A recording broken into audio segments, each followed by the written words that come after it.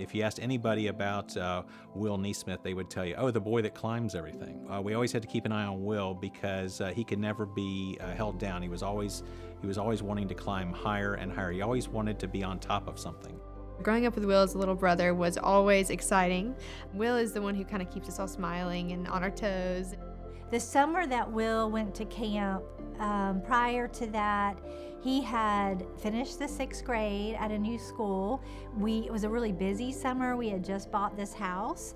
And then on the morning, Friday, June 15th, I woke up to a phone call from the camp doctor.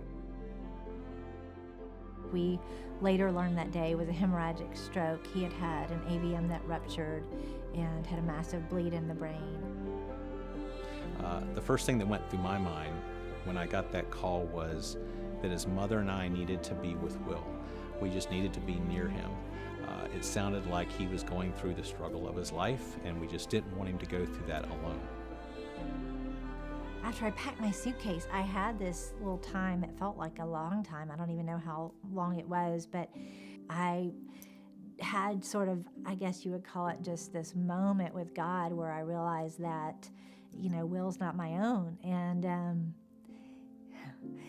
I just kind of knew that if God was taking him, I wasn't sure I was going to see Will alive.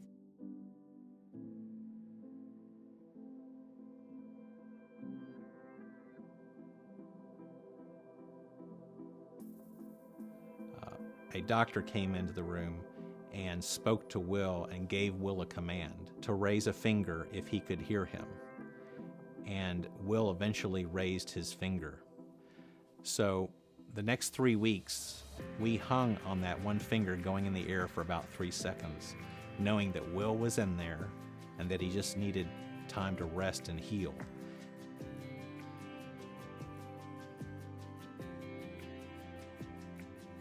Being able to see Will walk out of that hospital was so surreal and such an out-of-body experience that it really did feel like a dream come true to finally come home and start a new chapter in his life and in all of our lives.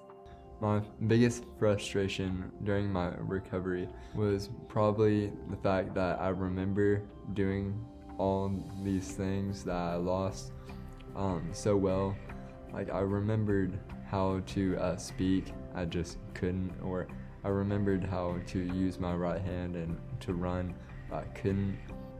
I had these memories of good times that I was running, or I was talking to my friends, and I realized it's going to take a long time to get those to continue those memories.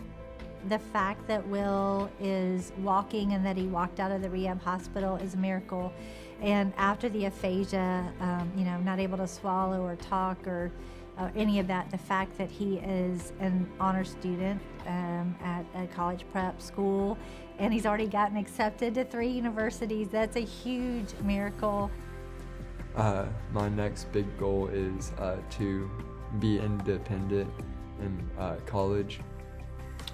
Just living on my own, or just trying to fend for myself. Even though he's not able to climb physically maybe the way he once did, he still has that adventurous spirit that takes him new places. And I think that's also what inspires people. Our genetic condition that Will and I have that is responsible for stroke, both hemorrhagic and ischemic, is something that is more underdiagnosed than it is even rare. So an organization like American Heart and Stroke is a huge benefit at bringing awareness to what causes stroke and stroke recovery. And it's organizations like Heart and Stroke Association that really stand in the gap for people like Will, who advocate for him, who make him relevant, and that's been very, very valuable to families like ours. The Heart and Stroke Association is important because without your funding and your research, kids like me may not be here.